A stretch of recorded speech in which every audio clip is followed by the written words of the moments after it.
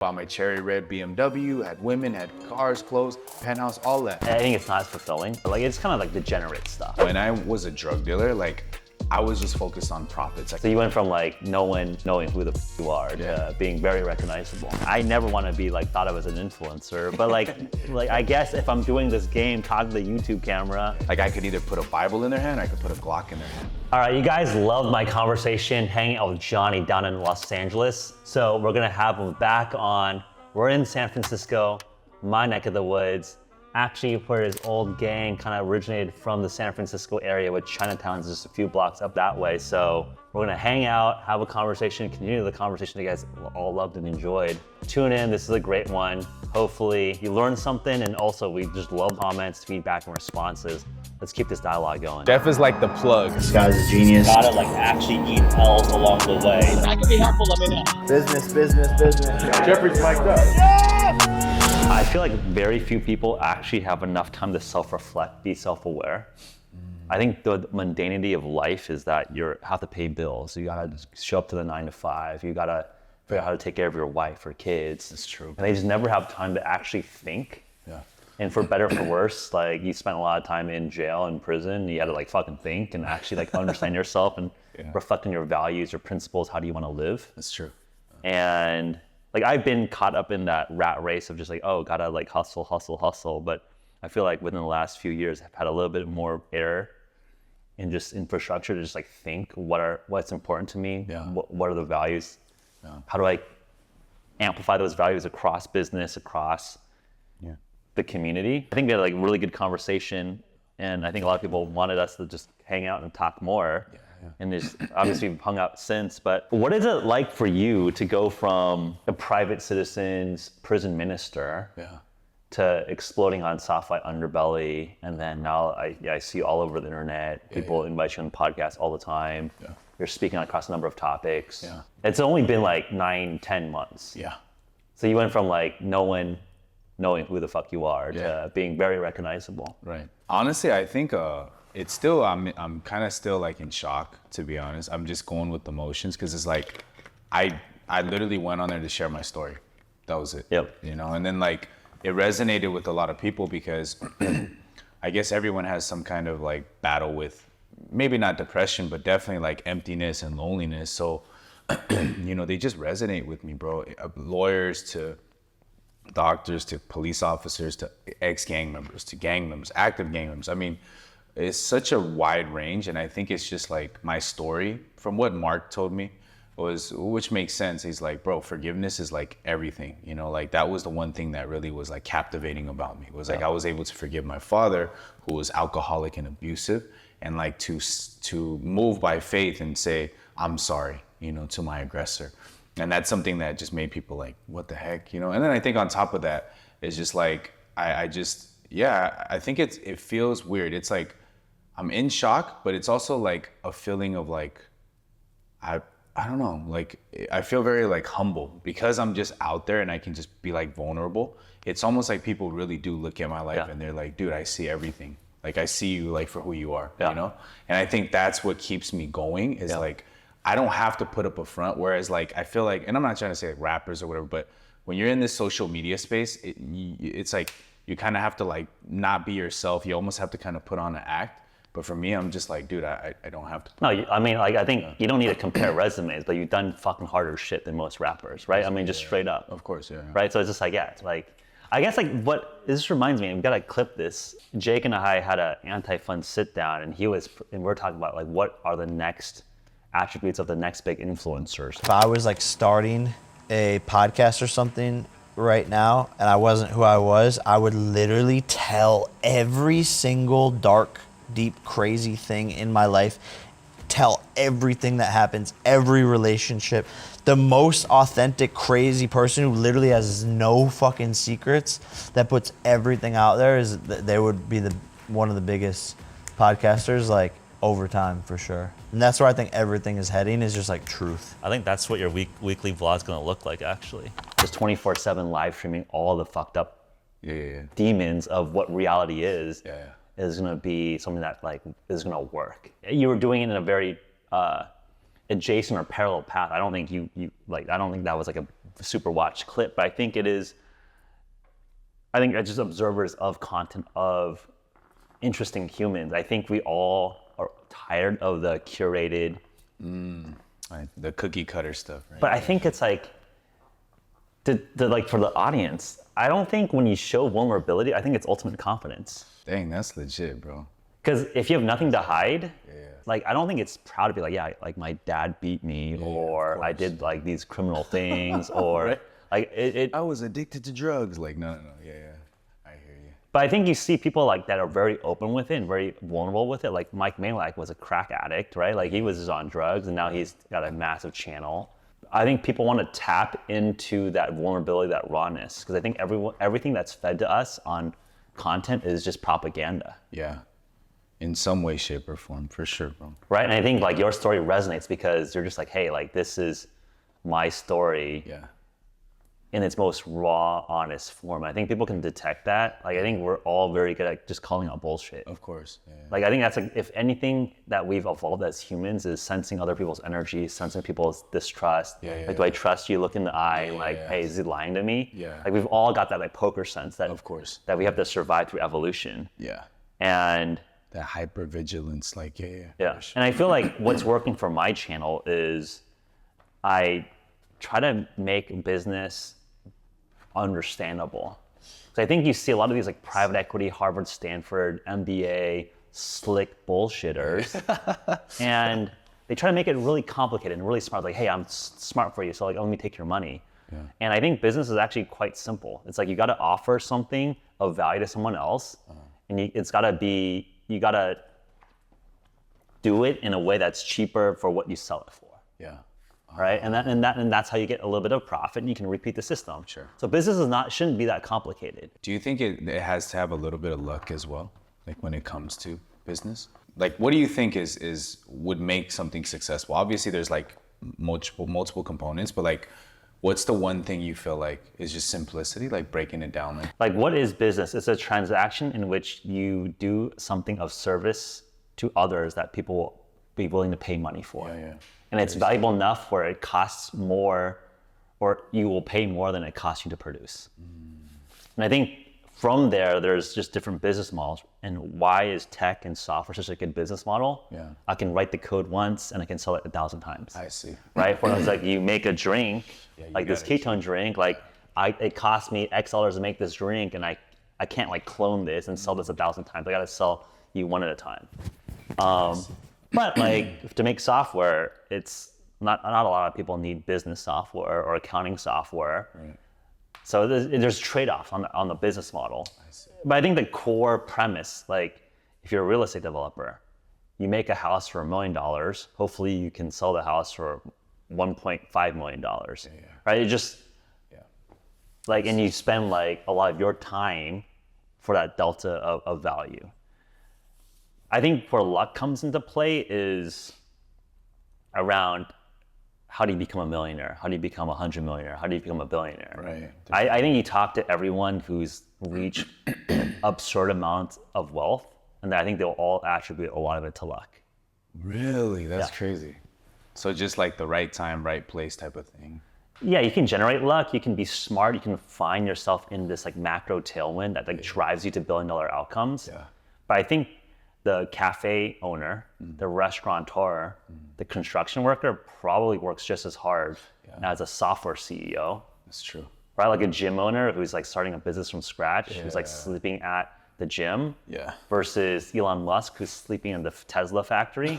They both bust their ass, but someone can make $1 trillion of value, and someone can only make like 200K of value. So I think choosing the right problems to solve that can help more people is a combination of skill and luck. Right.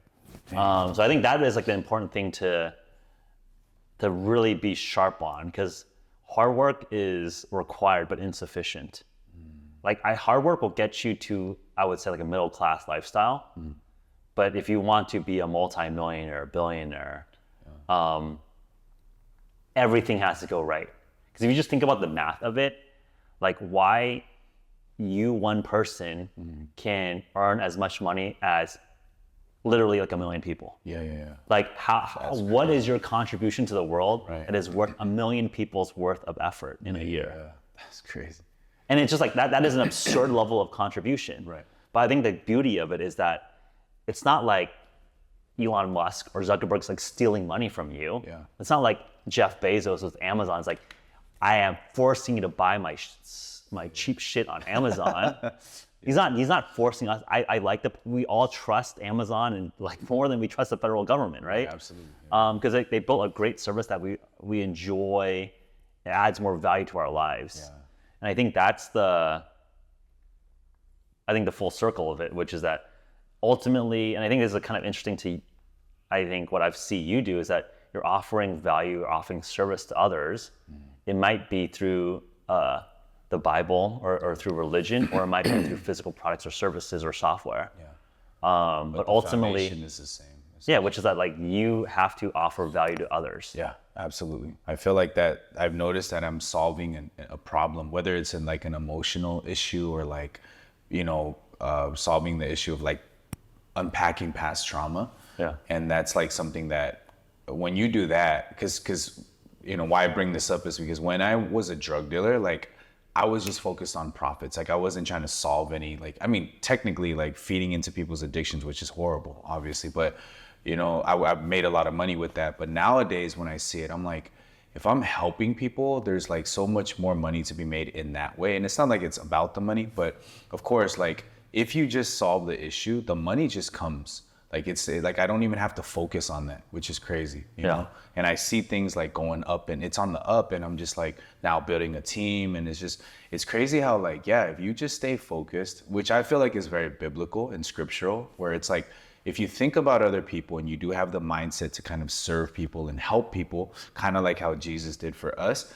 then like the byproduct of that is like deeper connection, bonds, like, you're just like, your money's coming in. I mean, they support your ministry. It's just everything, bro. It's crazy, Whereas I think a lot of people are, and why I never really like being around business people as well is because it's like, it's always, at least the ones I've been around, is like profits. It's like me, I need to like, how am I gonna like, it's almost like they look at you like you're a walking lick. Like they're trying to like rob you and take the money out of your pocket the best way they can in the most efficient way. And it's like, my gosh. But nowadays it's like the people I'm around, that they're really all trying to like help people in some way.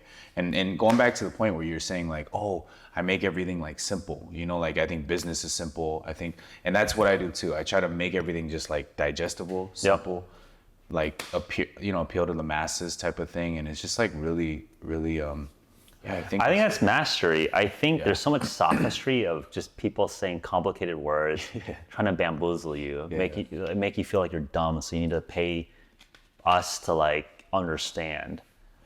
But I think mastery is just simplicity. If you cannot explain it in a very simple way, it's just like either your sophistry, where you're trying to bamboozle people, or you just don't really understand it. Being able to express simply, I think, is the ultimate demonstration of mastery. Because there's no pretense of saying, hey, I need to like show off how smart I am. Sure. I don't need to show off and pretend of something. Like I actually want to just have full bandwidth transfer of information that you understand, and it works. Like it actually registers. People believe you. People learn. Yeah. And then like the feedback loop works, right? Yeah. Like we need that response, right? Like whether it's people engaging, people following, people contributing. Sure. We're in this like ecosystem and a network of, we're just responding to inputs and outputs, and we need to have input to understand what's working, what do we double down, what do we focus energy on. I think there is like a culture war happening in America where we're postmodern. I think spirituality, has increased a little bit, but I think like organized religion has dropped a lot, right? Just like the amount of people that are religious has just crashed. For sure. And I think there is just like a whole generation of lost young people, men and women, who are just like, I don't have cultural ties, spiritual ties. Like you said, they're just lost, bro. And so I think like for me, that's where I kind of come in, is like to be able, because I'm noticing too, like I went to Australia and the Gen Z kids, they invited me to their flat, their project housing, governmental housing. It was so cool, bro. They were just sitting around and they were just listening. So then I had a church event after that. I'm like, you guys should come. They pull up like 20 deep, you know, and the, you know, the church people are like, what the heck? These kids are like gang members, you know, got like rat tails and, you know, tattoos and all that. But they need like leaders, bro. And I think that's where like I feel like religion is coming back. Yeah, like I think people see all this degeneracy essentially. Yeah. Like I think it's not as fulfilling. I don't want to judge. I don't think you and I are judging, but like it's kind of like degenerate stuff, right? Like, all right, you're like selling fucking nudies and whatever. Just right. And it's probably just like I think people see that's not fulfilling. They just chase dollars and they want the deeper meaning, deeper values. Yeah. And I think to me like there's something true about religions like Christianity, Islam, Buddhism that have like thousands and thousands of years of history. Yeah. Because those, like, I think just from a non-religious perspective, there's something that works that has stood the test of time if it stands multiple generations of persecution, of evolution. Absolutely. So it's just like it's a competition of ideas, and like clearly some of the ideas of these stories, these symbology, these values have worked across thousands of years. Yeah. So whether like you literally believe in like a literal old man in the sky or like the stories, if Jesus turned like water into wine and just generated fish and bread. Yeah. I think there's like that's a fair conversation to believe like if that literally happened or if it's a story that happened or like a metaphor that happened. Yeah. Clearly these stories have resonance. Because I think that's what I think is very powerful, which is very important. Yeah. And I think now more than ever, we need to translate those core stories, those core symbols into ways that resonate with modern people. Like that's the way I kind of think about what you're doing. Yeah.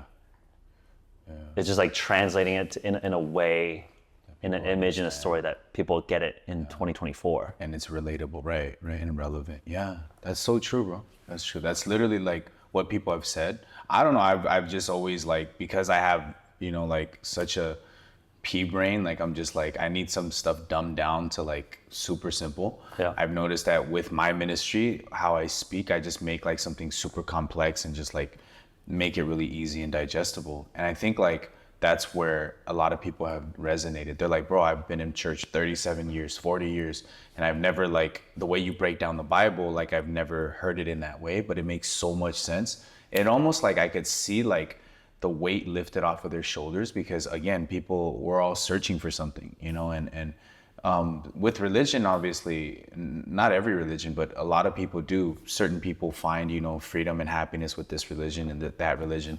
But with Christianity in particular, I've noticed that they're like still searching, because it's like one Bible, but there's like 44,000 denominations, right? So it's like so many different belief systems, even within the community, right? Within the religion. So yeah, it's kind of crazy how like, you know, you're saying that. It's true, bro. It's true.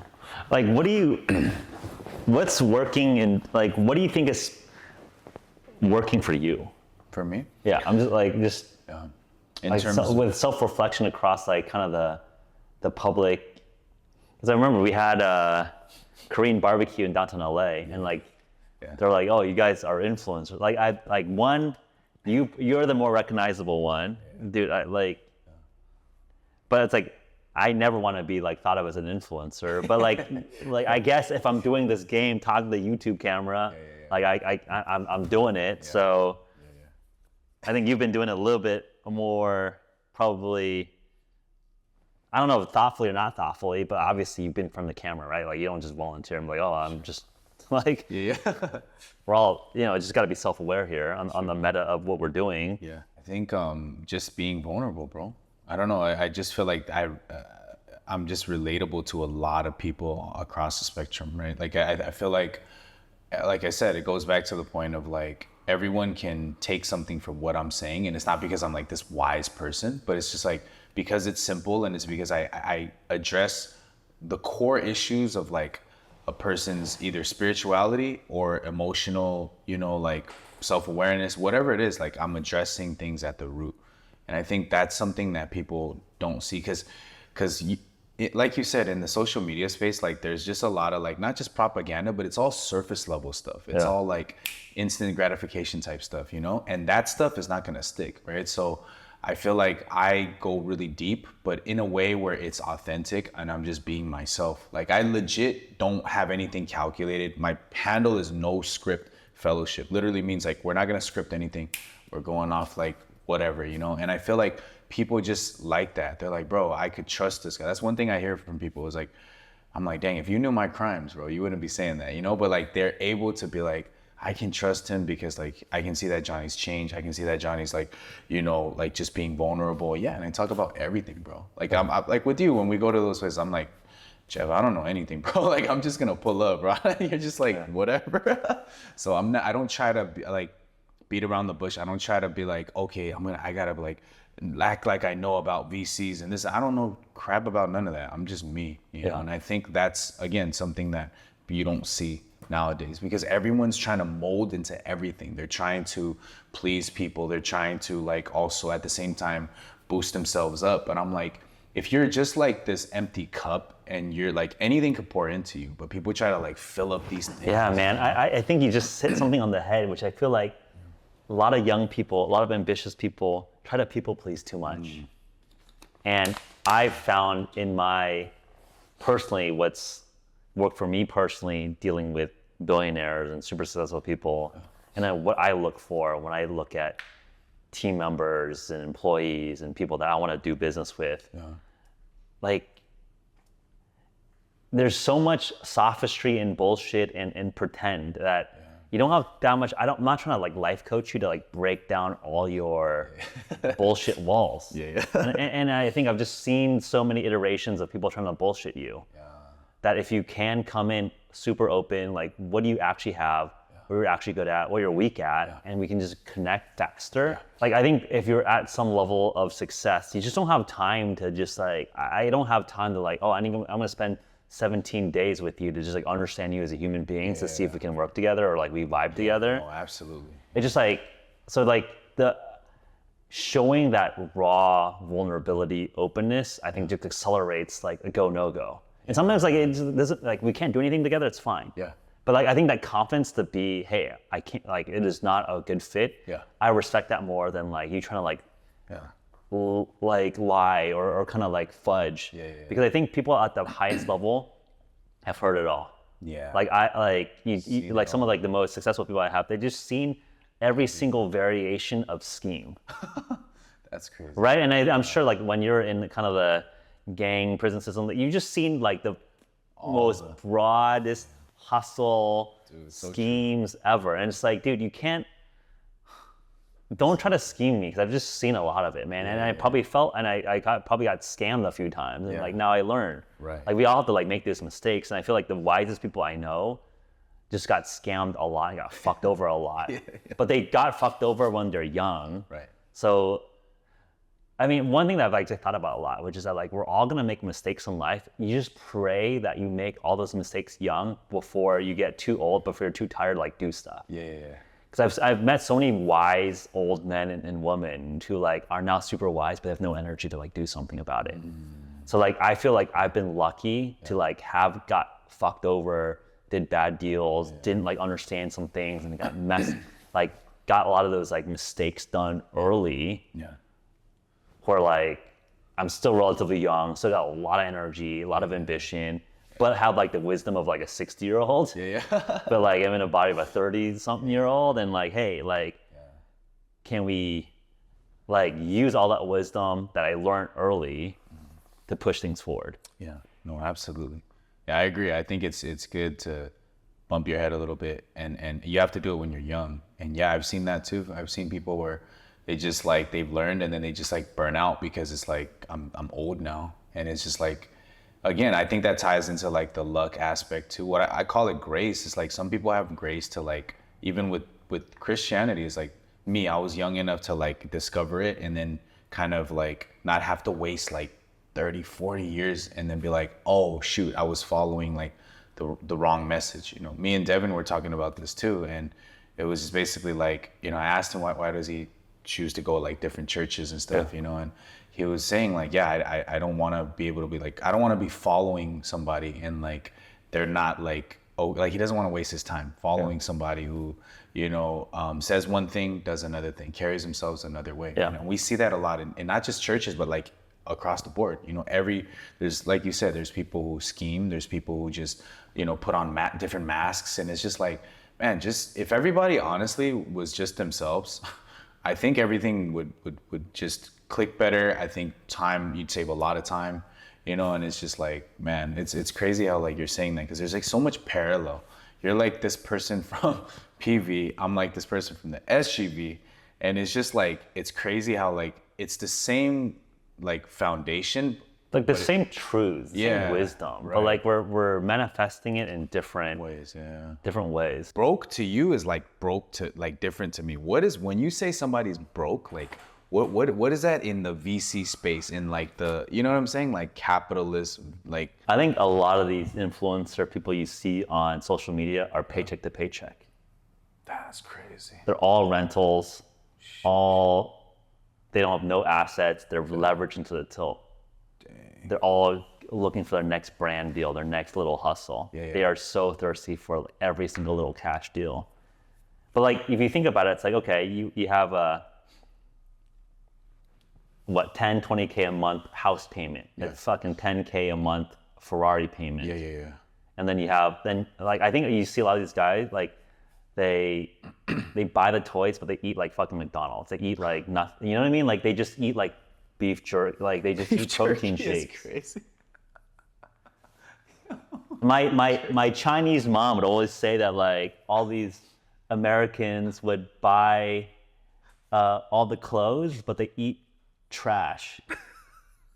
Like, and I think that inculturated like this food culture in me, where like I like want to eat like really healthy. Like I appreciated food a lot, because you're gonna wear some shit, like you could, I don't know, whatever, a few $100 t-shirt, or like I'd rather just have a real like good high quality food, because like what's inside of you is more important than what's outside of you. Yeah, health is. And I think that like, my mom brainwashed me as a kid like that, and just like, I think the American or Western culture of showing, I mean, I don't think it's even American culture. I think it's like a bastardized version of American culture, right? Like when I think about true American values, it's that Protestant work ethic. It's the Quaker work ethic. Yeah, the Quaker. No, if you like, I remember like U.S. history, AP U.S. history. It's like the Quakers, the folks that came over the Mayflower. Yeah. They were all escaping religious persecution. They believed in their God, they believed in their values, they're here to work hard. Yeah. And so much of American values now is just like, let's just show off. Like, let's be loud, let's ice out. Let's like all the internal stuff is trash, but everything's imaged out. Did you have a lot of AP courses? Like you took all AP courses? Yeah, I got a bunch of. I took AP too. I was in AP too. Really? Academic probation. I think middle school, high school is kind of easy. Really? In the sense that like, I think if you just actually applied yourself, I think in my school it was half Asian, half white. I think like an upper middle class neighborhood, like people like valued academics. Yeah. I think I was lucky, I was talented that I could learn things fast, but I think a lot of the basics are you just gotta put some time in, right? Like you've clearly mastered the Bible, you've mastered the word. Yeah. So like, I don't know, you could have applied that into biology books. That is true. I definitely picked up stuff faster. Yeah. Like I think I have I wouldn't say like a didactic memory or like a photographic memory, but like I like can read once and read really quickly, boom, just in the head, and you can just connect dots. Dang, bro. What a lucky guy. That's the model Asian, okay? Not this guy over here, right? But we all have our gifts. I mean, yeah, facts, but I'm saying, man. I think like in some sense, I feel like you with your ministry is like an idealized version of the message, because I think the core tenet of Christianity that I understand is that we're all flawed. We're all born with sin. Yeah. And your vessel in delivering that, because you've had the mistakes in your past, is super powerful. Whereas I think when you are a goody two-shoes your entire life and you talk about being born with sin, it just like rings like, do you even know what you're talking about? I mean, is that like something that you feel like works for you? Honestly, like the transformation is what one thing I think that people see. It's like, yeah, like you mentioned, if it's easy for like a PK, a pastor's kid, to kind of like be like, oh, I grew up in church and I know the Bible. It's kind of almost like expected, right? Yeah. But then with me, it's like curveballs. So it's like, wait, this guy's tatted down, his face tattoos, but he's like knows the Bible. Like, it's just, you know. So I think, and absolutely my past, bro. Like I feel like I always attribute it to God, but I feel like He's led me in a way where I don't think normally a 12-year-old gets locked up and for that long, you know? So I would always question in my life, like, why did God allow this to happen? You know, when I was going through that, you know, I'm like, you know, I see people getting, you know, beat up. I see riots. I see all kinds of crazy stuff in prison. And I'm just like, why am I here? Like, what is the purpose of all of this? And now, obviously, I would say that I know why. It's because He was leading my life, you know, this force. So I was like, man, I think that honestly gave me perspective to be like, I'm at the lowest of the low, because I really do feel like hell, like prison is hell on earth. Like there's just like, for those who've been to, especially like California Youth Authority and, prison in general, like it really is something that you'll never experience. It's like such a unique experience. Like you have to go through it. Doesn't matter how much times you write a book about it. Like you have to actually live it to feel like how crazy and how like traumatic it actually is. You know, like we could talk about it all day, but like until you step into that type of stuff, it's really, really crazy. You know, so I think that molded me and then shaped me to be like this person who's just like empathetic towards everybody. Like I did a podcast recently with Eli and Mike, you know, and they're gay, right? And it's like people are like messaging me like, bro, why did you freaking, you know, like get on a podcast? Why do you support them? And I'm like, do you not understand that we're all sinners? Like we're all born into sin. We're all flawed. Like if I stand in front of God as a gang member and they stand in front of God as like homosexual, we're both going to hell. Like I don't think you understand that, you know, and people don't understand like the concept of sin. They think it's like, oh, I'm just doing evil things, but actually it's really an identity, right? So like we're born that way. Like you had mentioned, we're born flawed, and that's just the way the world says it's flawed. We say it's sin, basically same thing. And so I just recognize that. And I think that's why I can be vulnerable, because I know like I was born a sinner, and without God, I'm nothing. Now, obviously we say that we're righteous because Jesus, you know, died for us and all of that. But I understand at the core of my heart, like I'm not better than anybody. I actually grasp that because I've been to those places. Like, how can I judge somebody like my youngsters? I have like little gang member, youngsters as we call them, little homies, and they look up to me. But it's like, how would I judge them for carrying a gun and doing those things when I did that stuff myself? You get what I'm saying? And it gives me that perspective of like, okay, and then it's weird. I show them love and compassion, and they reciprocate, and they almost don't want to like carry guns anymore. They almost want to be like, bro, we want to live like you. Like I could either put a Bible in their hand, or I could put a Glock in their hand. I mean, it's up to me, obviously, right? They're gonna follow. People would do stuff for like a Gucci belt. It's crazy, bro. I'm telling you. But it's like when I guess instead of telling them like thumping them with the Bible and like, yeah, you guys, I'd be like this, I just show them a better way. And I think that's what it is. Like I never try to push it on. Like we've hung out multiple times. Like I'm not like, hey Jeff, you know, you gotta like, you know, repent. And like it's not even about that. You know, it's like, so I think that's where I've recognized that, oh, I didn't do that. Like I don't have this like heart of humility and humbleness on my own. I feel like God has led me to be in that position. And I really see it that way. I look at everyone and I'm like, dude, like I have empathy and compassion towards people. I just come from a point of like not judging. And I think that's what the core of true Christianity is we're not supposed to judge the outward appearance. We're supposed to judge righteousness, righteous judgment. And that means like according to what God is saying. And He says to love everybody, actually. You know what I mean? So, yeah.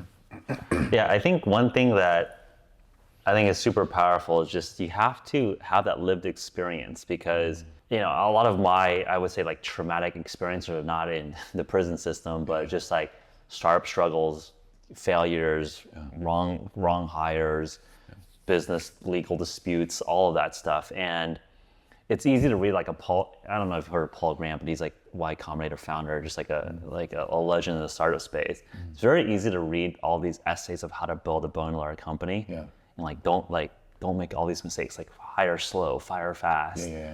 Like talk to customers. But I think to your point, you do not understand this until you actually live it. Yeah. And I think that was always like one thing that I understand about, again, I'm not a Christian, but this is what my interpretation of the Bible is, which is that there's so much depth of every single phrase, every single sentence in that book.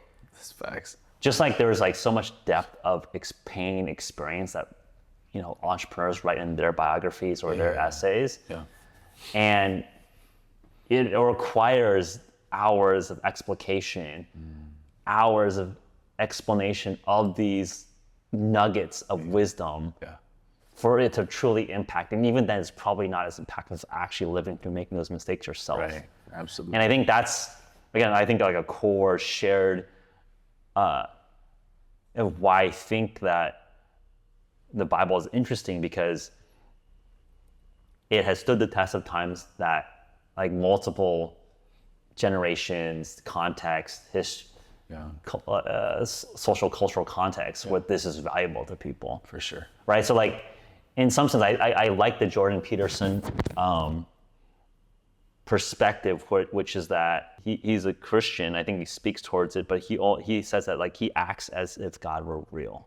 He acts as if Christianity is real, which is like, I think like the very academic way of saying that, like, you know, it's hard to understand, okay, if did all these like miracles happen like literally or not literally? Is there like this old man in the sky character that like looks down at you? But I think like the core concepts that have proven so powerful for Western civilization, just like the basis of just American culture today, like it is, those axioms exist in our society, whether you literally believe the book or you intellectually understand where those principles came from. That's true. No, I agree. Everything is really like, you know, it really is deep, bro. Like I could read the same chapter multiple times. I've read it 22 times now, you know, the Bible front to back, and I always get something different. I'll miss something.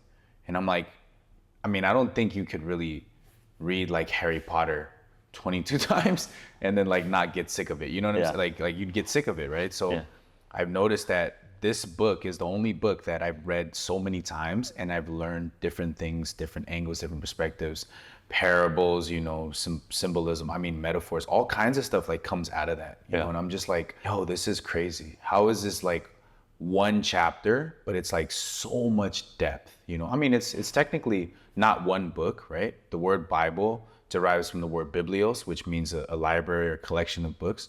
So there's, you know, 66 books actually.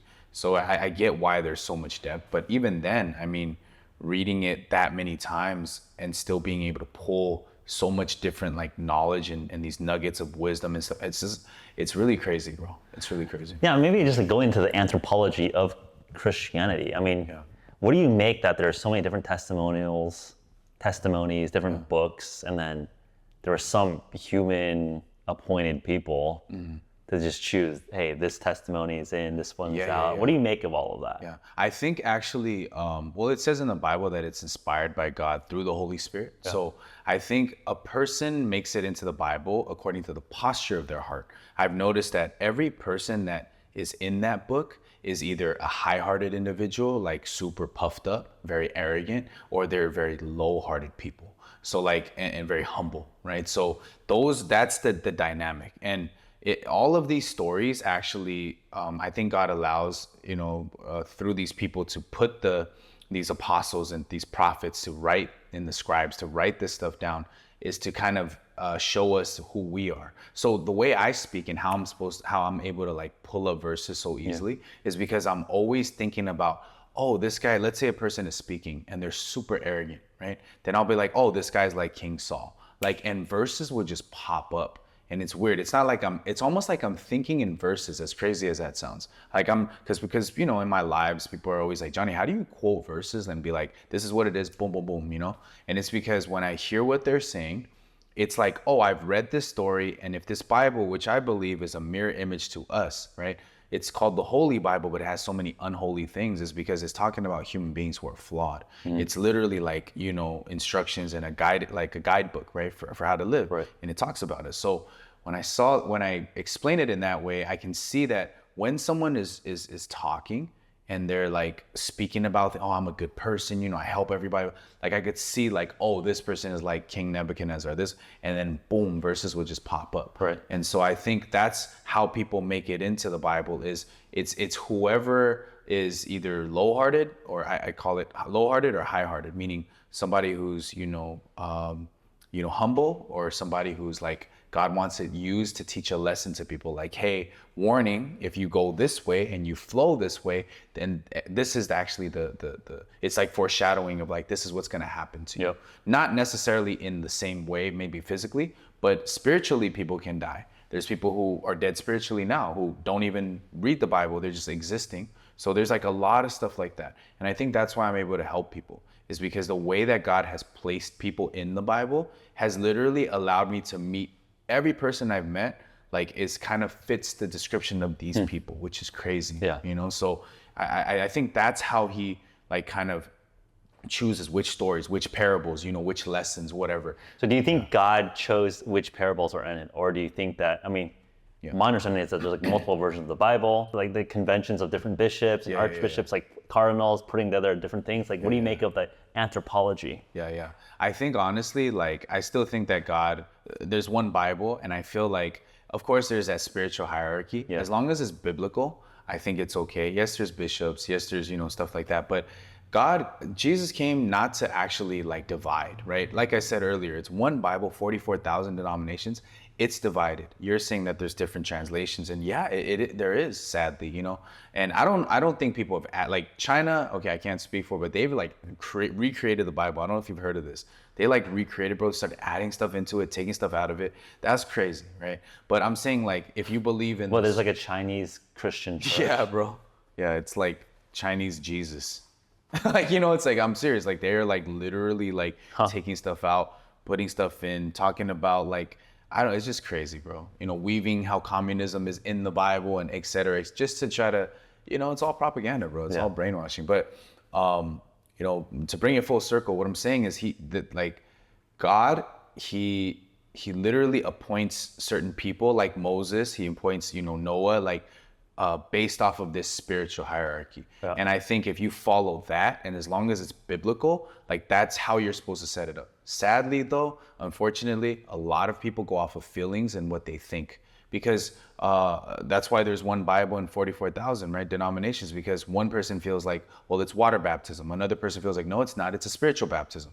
One person thinks, oh, I got to speak in tongues in order to edify the spirit. And another person is like, no, you don't have to speak in tongues. So there's always this division amongst that already, you know. But if you want to stay biblical, I think God literally gave the Bible and be like, this is what it is.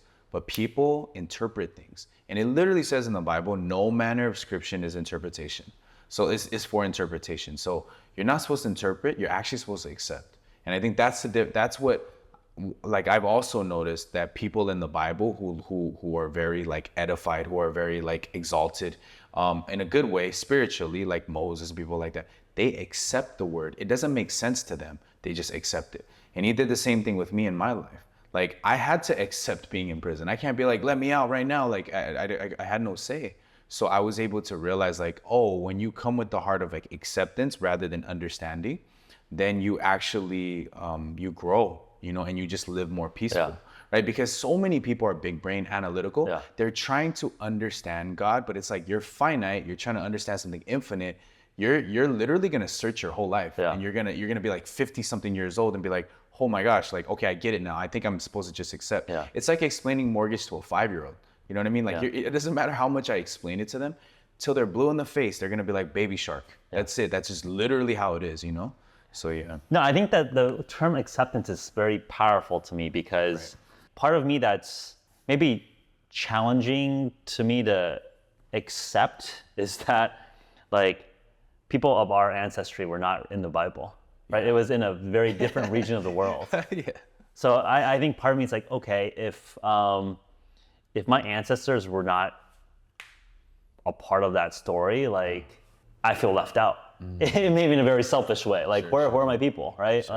So I think I spent a lot of time like trying to look at Eastern philosophy, books, spiritualities that my ancestors were thinking about and reading and just in being deep about. And I remember a few years ago, I was reading a bunch of Zen koans. Are they helpful? Like, honestly, like, would you say, like, as you've been reading these books, or have you been like studying it enough to say, like, you can make a proper judgment, like, no, this has helped me out, like, you know, gain something from it? I think like a lot of these like koans are very like puzzle-like.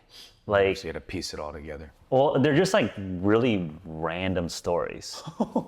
Like they're like these like they're basically like poems of like anecdotes of like this young man talks to this wise old monk and he like breaks the cup of tea and like that is the way. Like literally stuff like that. I don't have it fresh in my mind, but just like these very like very like Chinese like philosophy, just like folklore and philosophy, just like, oh, this weird anecdote about like, oh, the teacup broke and then he found enlightenment after like carrying the teacup for 17 years. And you're just like, what does this even mean?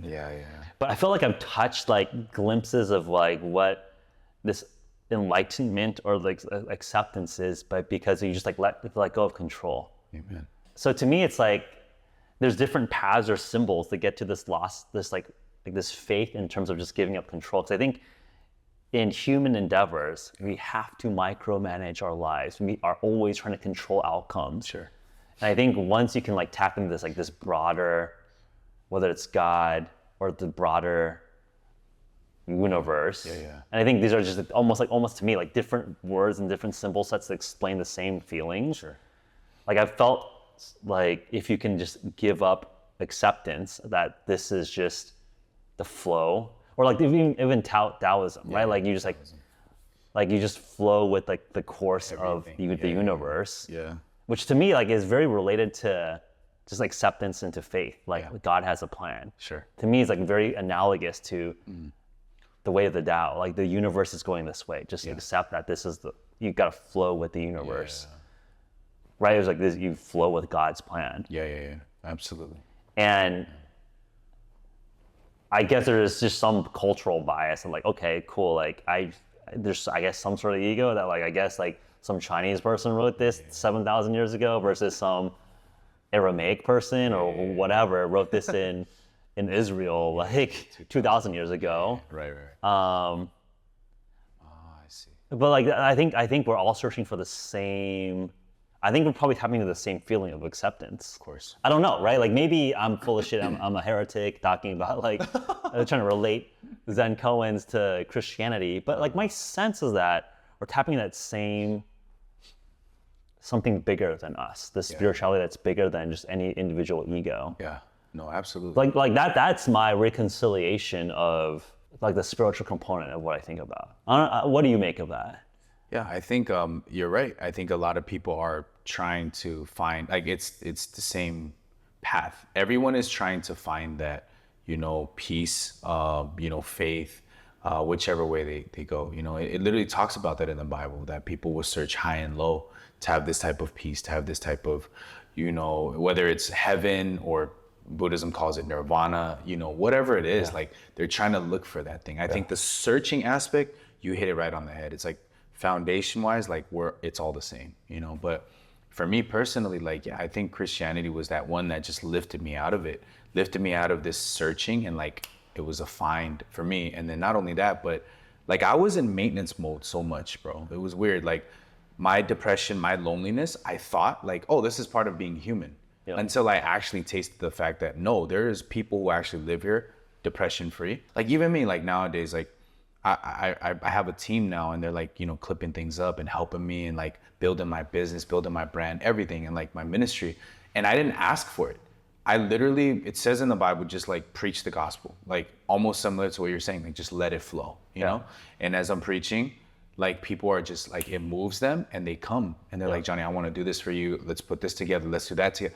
And I'm just like, what the heck is going on right now? You know, like I'm not focused on money, but yeah, I remember when I was focused on money, like I wasn't connected to God. I wasn't connected to this acceptance type of lifestyle. I was just more like, you know what? I got to do this. I got to use my own ability. I got to find out I got to trap. I got to do this. I got to do that. I got to micromanage. I was on 80s, antidepressants, Zoloft, Prozac. I got to do these things to like micromanage everything. And it's weird.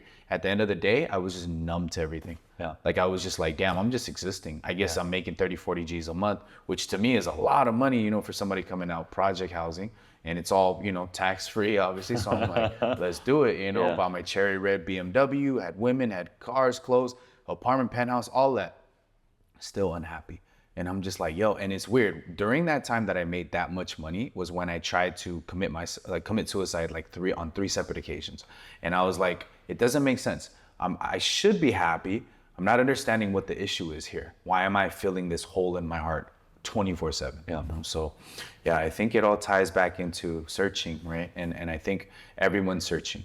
I just tell people like, keep an open mind to the Christianity. Like I've kept an open mind to Buddhism. I was Muslim, but after seeking all of that, I found, where I was. And I think people need to walk that. I think people need to walk that path. It's not like, hey man, this is the way. Like, no, you go and you walk and find out and you know what I mean? And hopefully God leads you to wherever he needs to lead you.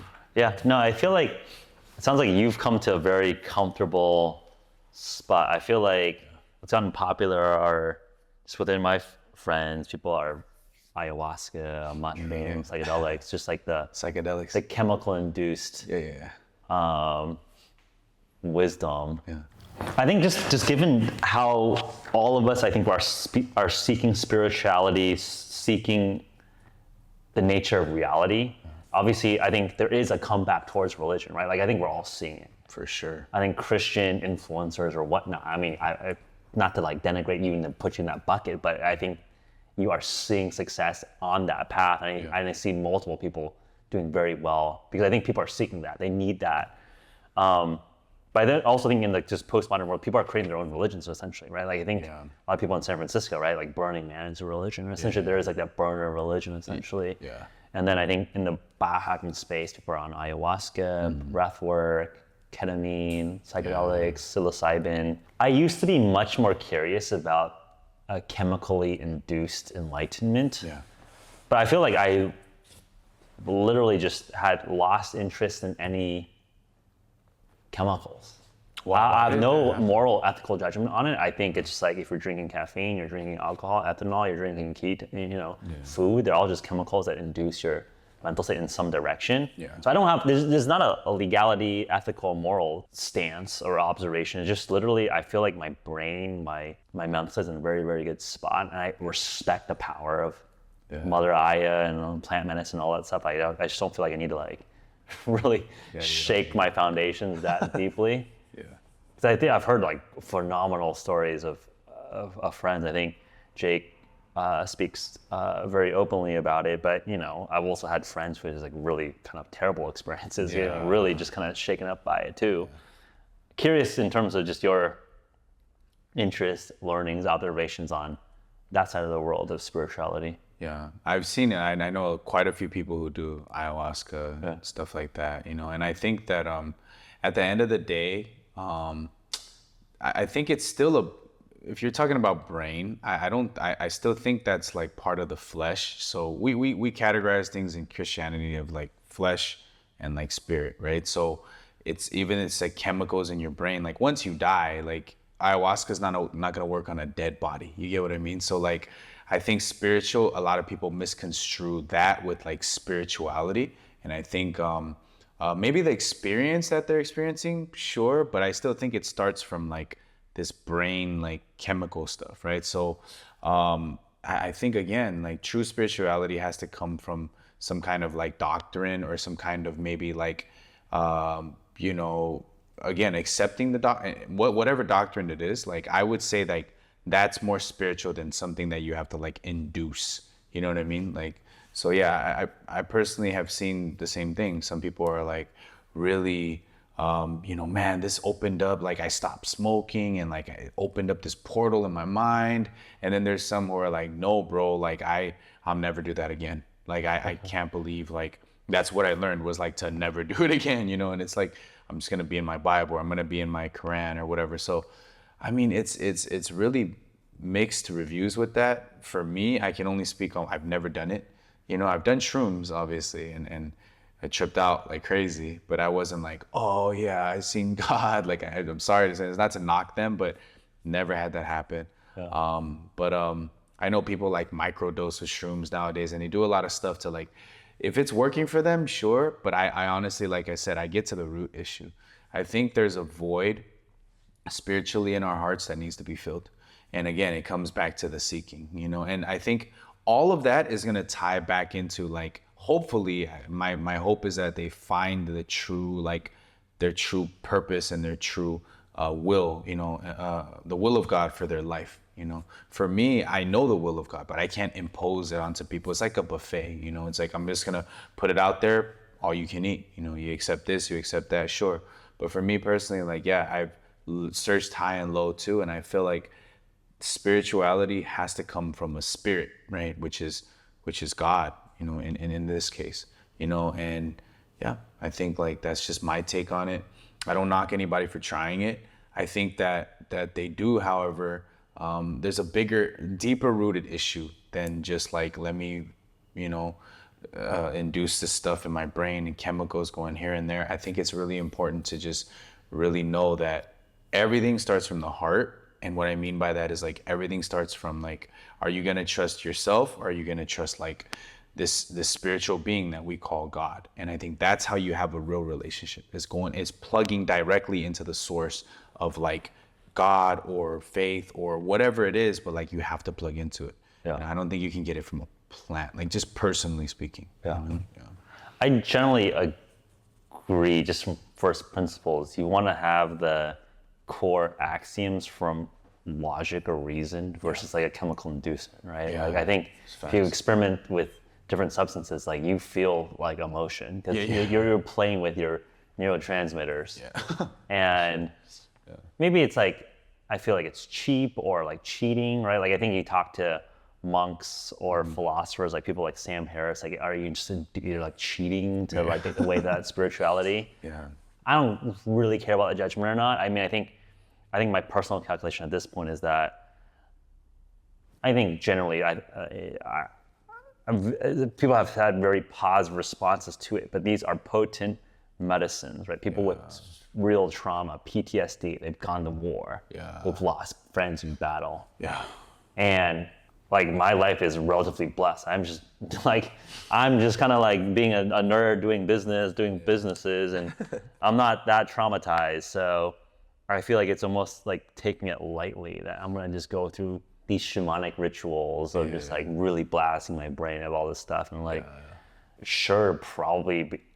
I think I'm very open-minded, very curious. At some point, I think it makes sense to just experience that myself. So I just really can speak towards it from firsthand experience. But part of me is also just like, hey, like there's a 10% chance I really like mess I'm in, I think, a relatively good state. Like I don't need that. Yeah. Like I feel like I'm whatever spiritual cup, I feel like decently put together. So I don't need to like slap it around and like randomize a little bit. Or I think it's other people that if they have something that they're searching for, need to fill, it's like, okay, cool, randomize a little bit. Yeah. Cool. I mean, I think we've been just jamming and riffing. I know we've been talking about doing in-person meetups, and I think we got to figure out the right time because I think we're all super busy. Yeah. For like the next few months, like what are you up to? Where do people find you? So I'm actually building a platform now, and I have my website and everything, but we're getting like an app built. We're getting, my Bible studies, Zoom Bible studies to be shifted everything onto the app. Just make everything more like UX, and UI, like just better experiences for everybody. Yeah. But yeah, they can find me there, and I'm just, I want to do the venue stuff. I'm getting the text messaging set up so that I can, do some SMS and just kind of go from there. I'm doing public speaking always, doing sermons always, prisons always, but where people can find me, I would say would be like those venues would be, on the Zoom Bible studies where we're literally going from Genesis to Revelations. People who have never read the Bible, it's like, it's good to have like a mentor kind of walk them through it and not like impose, like you need to read it this way or that way. Like it's actually very interactive. People ask questions and I'm like, I'm not like, don't ask that question, you know, like you're going against the cusp of free. Like, I don't care about that. Yep. I actually invite that. So, yeah, I think just that. We're building a whole community, basically. Discord's getting built as we speak. I mean, it's really, I think I want to be a place where these Gen Z people who are lost, honestly, and no disrespect to them, but anybody who's just lost and seeking, I want to at least be able to replicate the happiness that I have, the peace that I have, and kind of just like deliver it to them, you know, if they're open to it. Yeah. You know, so yeah, and I think public speaking is going to be a big thing, keynote speaking, big thing, and yeah, we're basically just building our platform. Cool. Yeah, follow Johnny, guys. Boom.